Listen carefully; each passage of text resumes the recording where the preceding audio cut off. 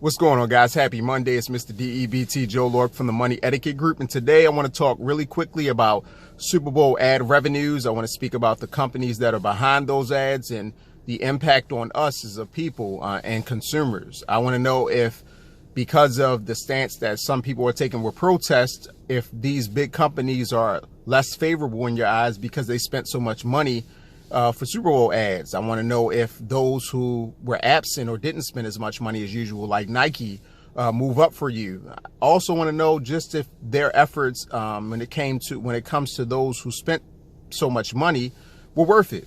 I want to know if it makes you more likely to consume their product or service. If you already use it, it makes you stay with them more. Maybe it makes you move away from them. But I want to know if all this money that's being spent really has an impact on you one way or the other.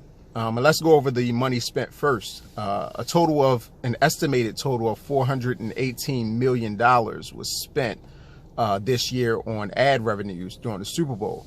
And that's down about 5% from the previous year. And in fact, in 2017, it was about $470 million. So we see that number going down in terms of companies spending as much money on Super Bowl commercials. But $418 million is still a lot of money. And here's a short list of some of the big spenders when it comes to ad revenue. We have Bud Light at $23.5 million, Verizon $20 million, T-Mobile spent $20 million, Toyota spent $20, Amazon $19, so almost $20, Kia spent about $15, Michelob did $11.8, Mercedes-Benz, Audi, Universal Pictures, Marvel, we know about them, Microsoft, Xbox, and the Washington Post spent roughly 10.4 to 10 million. So those are the $10 million Up Club members for Super Bowl advertising money for this year's Super Bowl. Now, with that much money being spent, what I want to know is, how does it impact you?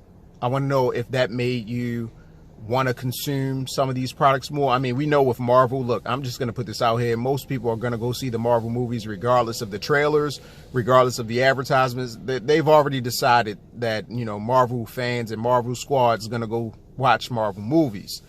And of course, Bud Light, look, beer commercials and Super Bowl ads kind of go together. We kind of know that. And I'm not convinced that the Super Bowl commercial is going to make you like Bud Light more or less than you already did.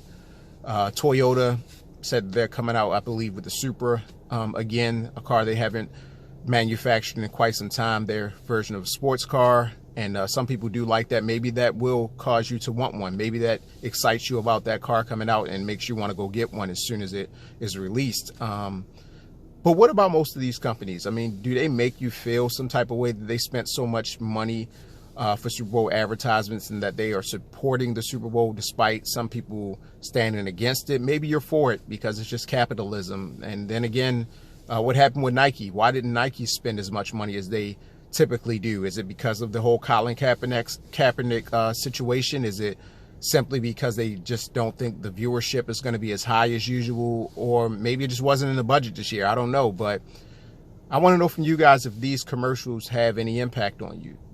Usually, just to let you know, of course, these are designed to have to go viral and to have impacts beyond the day that they're released. They're supposed to have an impact today, being Monday and Tuesday and Wednesday and Thursday. We're supposed to still be talking about the commercials, not like we're doing now with the money behind the commercials, but speaking about the shock value in the actual commercials. And at least on my news feeds, most people are just talking about the NFL commercial versus the rest of them. So do you think it's worth it? All that money. I mean, we're talking 23, 25, 20 million, some 10 millions.